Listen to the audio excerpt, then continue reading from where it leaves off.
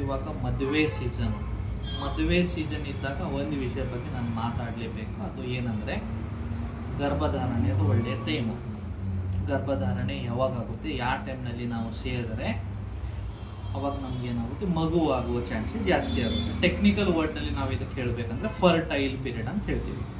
Fertile period ಅಂದರೆ ಏನಪ್ಪ, ಒಂದು ಫೀಮೇಲ್ ಮೆನ್ಸ್ಟ್ರುವಲ್ ಸೈಕಲ್ನಲ್ಲಿ ಯಾವ ಟೈಮ್ನಲ್ಲಿ ನೀವು ಸೇರಿದ್ರೆ ಗರ್ಭಧಾರಣೆ ಆಗುವ ಚಾನ್ಸಸ್ ಜಾಸ್ತಿ ಇರುತ್ತೆ, ಅದಕ್ಕೆ ಫರ್ಟೈಲ್ ಪೀರಿಯಡ್ ಅಂತ ಹೇಳ್ತೀವಿ.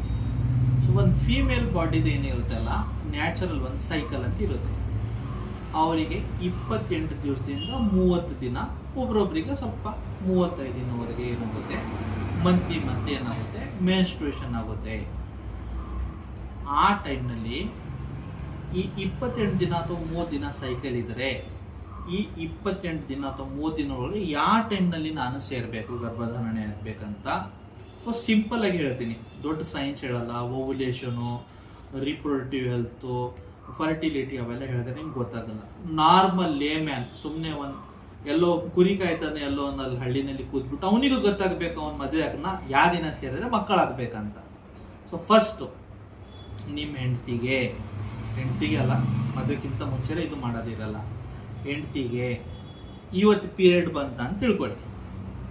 ಇವತ್ತು ಪೀರಿಯಡ್ ಬಂದಾದ್ಮೇಲೆ ಫಸ್ಟು 3 ದಿನ ಅಥವಾ 4 ದಿನ ರಕ್ತಸ್ರಾವ ಆಗುತ್ತೆ.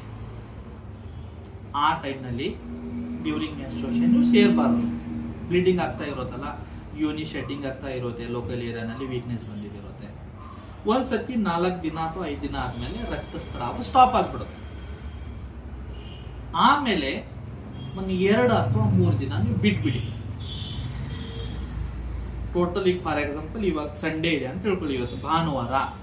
ಇವತ್ತು ನಮ್ಮ ಮನ್ಯಾಗ ಏನಾದ ಹೊರ ಕುಂತಾರಪ್ಪ, ಪೀರಿಯಡ್ಸ್ ಬಂದಿದೆ, ನೆಕ್ಸ್ಟ್ ಭಾನುವಾರವರೆಗೆ 8 ದಿನ, ಅದು ಫಸ್ಟ್ 5 ದಿನ ಬ್ಲೀಡಿಂಗ್ ಆಗುತ್ತೆ, ಆಮೇಲೆ 2 ದಿನ ಬಿಟ್ಬಿಡಿ.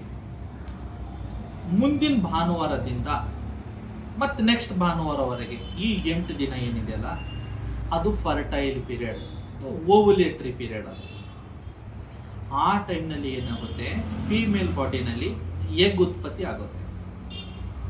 ಸರ್ ಅಷ್ಟು ಯಾಕೆ ಟೆನ್ಷನ್ ರೀ ಅಂತ ಕೇಳ್ತಿರ್ಬೋದು. ಯಾಕೆ ಟೆನ್ಷನ್ ಅಂದರೆ, ಒಂದು ವೀರ್ಯ ಬಾಡಿಯಿಂದ ಹೊರಗಡೆ ಚೆಲ್ದಾದ್ಮೇಲೆ ಫೀಮೇಲ್ ಬಾಡಿ, ನಿಮ್ಮ ಹೆಂಡತಿ ಬಾಡಿನಲ್ಲಿ ನೀವು ವೀರ್ಯ ಬಿಟ್ರ ಅಂತ ತಿಳ್ಕೊಳ್ಳಿ, 5 ದಿನ ಇರುತ್ತೆ ಅದು. ಯಾಕಂದ್ರೆ ಅದು ಹೋಗುವಾಗನೇ ಅದರ ಜೊತೆಗೆ ಅಷ್ಟು ಐಟಮ್ ತೊಗೊಂಡು ಹೋಗಿದಿರುತ್ತೆ. ಅದಕ್ಕೆ ತಿನ್ನಕ್ಕೆ ಏನೇನು ಬೇಕು, ಸಪ್ಲಿಮೆಂಟ್ ಏನೇನು ಬೇಕು, ಜಿಂಕು, ಫಾಸ್ಫರಸ್ಸು, ಮ್ಯಾಗ್ನೇಸು, ಪೊಟ್ಯಾಶು, ಏನೇನು ಕಾರ್ಬೋಹೈಡ್ರೇಟ್ಸು ಎಲ್ಲದು ವೀರ್ಯ ಜೊತೆಗೆ ಹಸಿಮನ್ನಾಗಿ ಹೋಗ್ಬಿಡುತ್ತೆ. 5 ದಿನ ಆರಾಮಾಗಿ, ಎಂಥ ದೊಡ್ಡ ಯುದ್ಧ ಆದ್ರೂ ಆರಾಮಾಗಿ ಸೇಫ್ ಅವನು. ಬಟ್ ಫೀಮೇಲ್ ಹಂಗಿದಲ್ಲ. ಅವ್ರ ಬಾಡಿನಲ್ಲಿ ಯಾವಾಗ ಓವಾ ಉತ್ಪತ್ತಿ ಆಯಿತು ಅಥವಾ ಎಗ್ ರಿಲೀಸ್ ಆಯ್ತು ಅಂದರೆ 12 ದಿಂದ 24 ತಾಸು ಅಷ್ಟೇ ಅದು ಸರ್ವೈವ್ ಆಗೋದು. ಆ ಟೈಮ್ನಲ್ಲಿ ಏನಾದರೂ ಲಾಟ್ರಿ ಹೊಡೀತು, ಇಲ್ಲಾಂದರೆ ಮತ್ತು ಅದು ವೇಸ್ಟ್ ಅದು, ಮತ್ತು ಮುಂದಿನ ತಿಂಗಳೇ. ಸೊ ಅದಕ್ಕೆ ನೀವು ಫಸ್ಟ್ ರೆಡಿ ಆಗಿಬೇಕು. ಏನಪ್ಪ, ಮನೆಯಾಗ ಇವತ್ತು ಹೊರಗೆ ಕೂತಿದಾರ, ಇವತ್ತು ಪೀರಿಯಡ್ ಬಂತ, 8 ದಿನ ಬಿಡ್ರಿ. ಸೋಮವಾರ ಆಯ್ತಂದ್ರೆ ಮುಂದಿನ ಸೋಮವಾರವರೆಗೆ, ಮತ್ತು ಈ ಸೋಮವಾರದಿಂದ ನೆಕ್ಸ್ಟ್ ಸೋಮವಾರವರೆಗೆ ಏನು ಮಾಡಬೇಕು, 1 ದಿನ ಬಿಟ್ಟು 1 ದಿನ ಅಥವಾ 2 ದಿವಸಕ್ಕೆ 1 ದಿನ ನೀವು ಸೇರಬೇಕು. ದಿನ ಯಾಕೆ ಸೇರಬಾರ್ದು ಅಂದರೆ, ಇವತ್ತು ನಿನ್ನೆನೇ ವೀರ್ಯ ಹೋಗಿದ್ರೆ ಮತ್ತು ಇವತ್ತು ಇದ್ದಿದ್ದು ವೀರ್ಯ ಕ್ವಾಲಿಟಿ ಚೆನ್ನಾಗಿರಲ್ಲ. ಅವಾಗ ಏನಾಗುತ್ತೆ, ನಿಮಗೆ ಅಷ್ಟು ಇದು ಬರಲ್ಲ.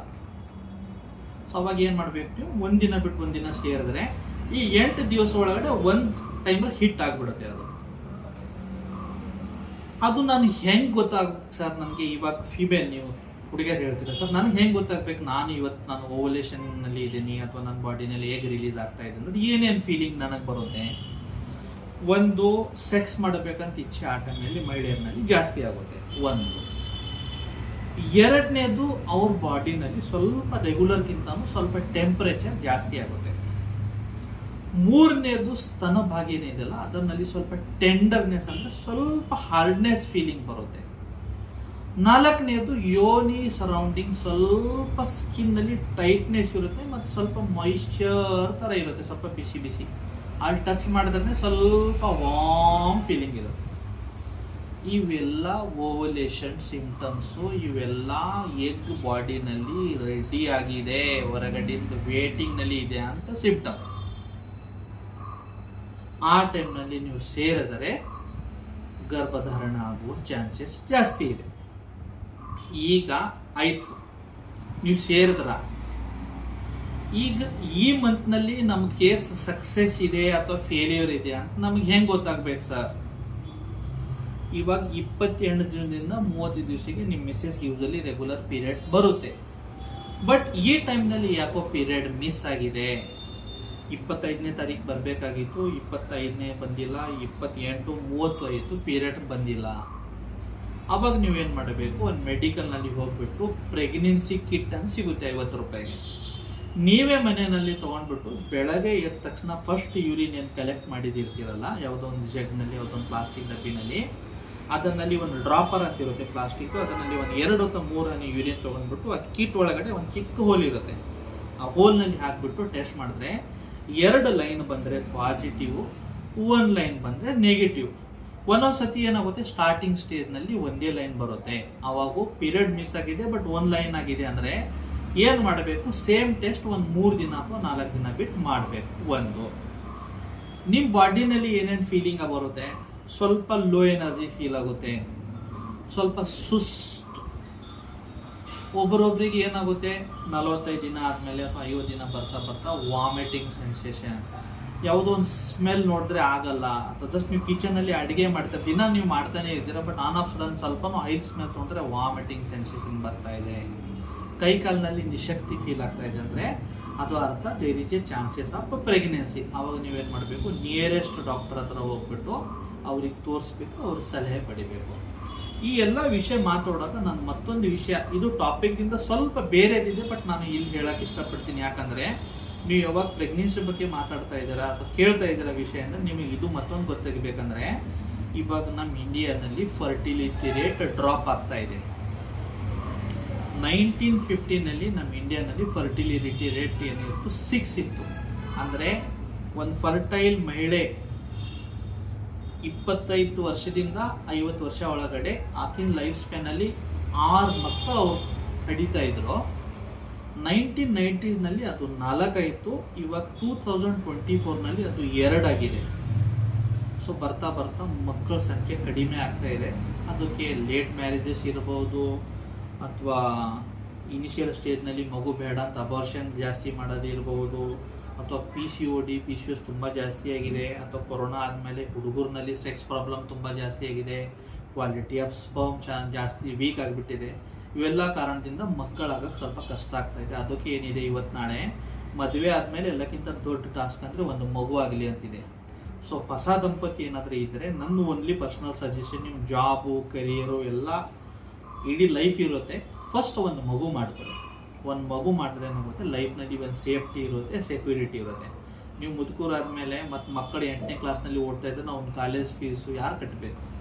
ಸೊ ಎಷ್ಟು ಬೇಗ ನೀವು ಮಕ್ಕಳು ಮಾಡ್ತೀರಲ್ಲ, ನೀವು ಏನೋ ದುಡಿತಾ ಇದ್ರೆ ಆ ಟೈಮ್ನಲ್ಲಿ ನಿಮ್ಮ ಮಗುಂದೂ ನಿಮ್ಗಳಿಗೆ ಅರ್ನಿಂಗ್ ಒಂದು ಸ್ಟಾರ್ಟ್ ಆಯ್ತಂದರೆ ಚೆನ್ನಾಗಿ ಪ್ರೋಗ್ರೆಸ್ ಆಗುತ್ತೆ. ನಮ್ಮ ಹತ್ರ ಒಬ್ಬರು ಬರ್ತಾರೆ, ಒಬ್ಬರು ಮೆಡಿಕಲ್ ರೆಪ್ರೆಸೆಂಟೇಟಿವ್ ಇದ್ದಾರೆ, 84 ವರ್ಷದವ್ರು ಬರ್ತಾರೆ. ಸರ್ ಅಂದ್ರೆ ಸರ್ ಯಾಕೆ ಬರ್ತೀರಾ ಸರ್, ಈ ವಯಸ್ಸಾಗಿದೆ, ಸುಮ್ಮನೆ ಮನೇಲಿ ಡಾಕ್ಟ್ರೇ ಲೇಟ್ ಮದುವೆ ಆಯಿತು, ಮಗ PUCನಲ್ಲಿ ಇದ್ದಾನೆ, ನಾನು ಕೆಲಸ ಮಾಡಿಲ್ಲ ಅಂದರೆ ಮತ್ತು ಅವ್ನ ಎಜುಕೇಷನ್ ತೊಂದರೆ ಆಗ್ಬಿಡುತ್ತೆ. ಈಗ ನೀವು ಆಗ್ಬಾರ್ದು. ಅದಕ್ಕೆ ನಾನು ಎಲ್ಲರಿಗೂ ಏನು ಹೇಳ್ತೀನಿ, ಸ್ವಲ್ಪ ಒಂದು 10 ರೂಪಾಯಿ ಕಡಿಮೆ ಗಳಿಸಿ ಫಸ್ಟ್ ಬೇಗ ಮದುವೆ ಮಾಡ್ಕೊಳ್ಳಿ.